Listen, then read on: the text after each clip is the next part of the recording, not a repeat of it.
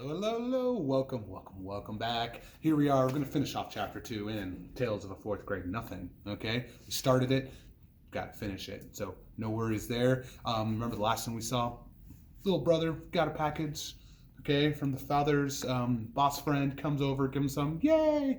He was excited. But what is he going to get? What's our main character going to get? We're going to find that out now. So, no need for a prediction. We didn't finish the chapter. Go ahead and stay with me. All right, here we go. I took off the paper very carefully in case my mom wanted to save it. I also to show Mrs. Yarby that I'm a lot more careful about things than my little brother. I'm not sure she noticed. My present turned out to be a big picture dictionary. The kind I liked when I was about 4 years old. The old one is in Fudge's bookcase right now. I don't know much about boys, Mrs. Yarby said, so the lady in the store said it's a nice book. A nice book would have been a good idea, I thought, but a picture dictionary? That's for babies. I've had my own regular dictionary since I was 8. Thank you very much. It's what I always wanted. I'm so glad, Mrs. Yarby said. She had a long sigh. My father offered the Yarbys a drink. Good idea. Good idea, Mr. Yarby said. What'll it be? My father asked. What'll it be? Mr. Yarby repeated. What do you think, Hatcher? It'll be a Juicio. Of course, my father said, like he knew all along, a Juicio for everybody. My father told my mother, and she went in the kitchen to go get it.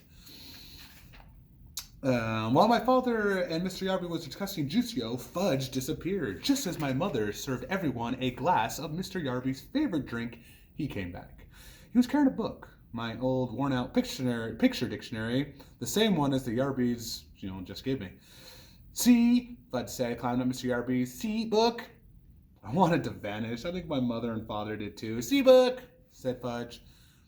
I can use another one, I explained. I really can. The old one is just falling apart. It's returnable, Miss Yarby said. It's silly to keep one if you already have one. She sounded insulted, like it was my fault she brought something I already had. Mine! He closed the book and held it tight close to his chest. Mine, mine, mine! It's the thought that counts, my mother said. It was so nice of you to think of our boys. Now put the book away now, Fudgy. Isn't it Fudgy's bedtime, my father hinted. Oh, yes, it is. Okay, say goodnight, Fudgy. Good night, Fudgy, my brother said, waving at us. Fudge was supposed to fall asleep before we sat down to dinner, but just in case, my mother put a million little toys in his crib to keep him busy. I don't know who my mother thought she was fooling, because we all know that Fudge is going to climb out of his crib anytime he wants. He stayed away until we came to the middle of our roast beef. Then he came in carrying a dribble bowl. He walked right up to Mrs. Yarby and said he thought she was his new friend. See, he said, holding Dribble under her nose. See, Dribble? Miss Yarby shrieked. Ah! I can't stand reptiles. Fudge looked disappointed. So he showed Dribble to Mr. Yarby. He said, Hatcher, make him get out of here right now. I wonder why Mr. Yarby called my father Hatcher. Did he know his first name was Warren? I didn't like the way Mr. and Mrs. Yarby both called Dribble a thing. He jumped up. Give him to me, I told Fudge. I took Dribble and his bowl and marched him into my room. I inspected my turtle all over. He seemed to be all right. God, that kid is just not allowed to touch my turtle. Peter, my father called, come and finish our dinner. When I got back to the table, I heard Mrs. Yarby say, it must be interesting to have children. We never had any ourselves. But we did, Mr. Yarby told my father. We teach them some manners. I'm a firm believer in old-fashioned good manners. So are we, Howard, my father said in a weak voice. I thought Mr. Yarby had a lot of nerve to hint that we had no manners. Didn't I pretend to like their dumb old dictionary thing? My mother excused herself and carried Fudge back to my room. I guess she put him in his crib again. I hope she told him to keep his hands off my things. We didn't hear from him again until dessert. Just as my mother was pouring coffee, he ran in wearing my rubber gorilla mask from Halloween. My father grabbed Fudge and put the gorilla mask off him. That's not Fudge. That's not funny, Fudge. Funny, funny, funny, funny, funny. Yes, sir, Hatcher. Old-fashioned manners. By that time, I'm sure my father was sorry the Yarbys were not in a hotel. I finally got to bed at 10. Fudge was in his crib, slurping away. I thought he'd never fall asleep, but I guess I did. I woke up once when Fudge started babbling. Whatever that means. I didn't even get scared. I whispered, "Shut up." Early that next morning, I felt something funny on my arm. At first, I didn't wake up. I just felt this little tickle. I thought it was part of my dream. Then I had the feeling that somebody was staring at me.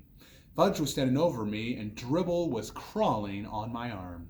I guess Fudge could tell I was ready to kill him because he bent down and he kissed me. That's what he does when my mother's angry. He thinks nobody can resist him when he makes himself so lovable. And a lot of times it works with my mother, but not me. I jumped up, put Dribble back in his bowl, and smacked Fudge on his backside hard. He hollered, "Arr!" My father came in, running into my room. He was in his pajamas. "What's going on here?" I pointed at Fudge, and he pointed at me. "Go back to sleep, Peter," he said. "It's only 6 o'clock. So I fell asleep for another hour, and then woke up to an awful noise. It was Fudge playing with his train. Breakfast was a very quiet affair. Nobody had much to say. Mr. Yarby drank 2 glasses of Juicio. Then he told my father that he and Mrs. Yarby had their suitcases packed. They were leaving for her hotel as soon as breakfast was over. My father understood, that the apartment was too small for so many people. My mother didn't say anything. When Mr. Yarby went into Fudge's bedroom to pick up a suitcase, his voice boomed, "Hatcher!" My father ran into the bedroom. My mother and Mrs. Yarby followed him. When we got there, we saw Fudge sitting on Yarby's suitcase. He had decorated it with 100 green stamps, the kind my mother gets at the supermarket. See, it's pretty," Fudge said. He laughed. Nobody else did. Then he licked the last green stamp, stuck it right in the middle of the suitcase, and he said, "All done," Fudge sang, holding up his hands. It took my mother an hour and a half to peel off the trading stamps. The next week, my father came home from the office and collected all the cans of Juicio in the house. He dumped them in the garage. My mother felt bad that my father had lost such an important account. But my father told her not to worry. Juicio wasn't selling very well at the stores. Nobody seemed to like the combination of oranges, grapefruits, pineapples, pears, and bananas. Dad, I only drank Juicio to be polite. I really hated it. You know something funny, Peter? I thought it was pretty bad myself. And that's the end of that chapter. Okay? So usually at the end of these videos, I would ask questions. Hey, what's happening? What's the main idea? But that's the joy of these online forums. You just fill them out. There'll be a couple questions there for you. Okay? It'll be involving, like, how do they feel about the juice? Thank you guys for watching. We're going to continue in chapter 3 next time. So see you guys then.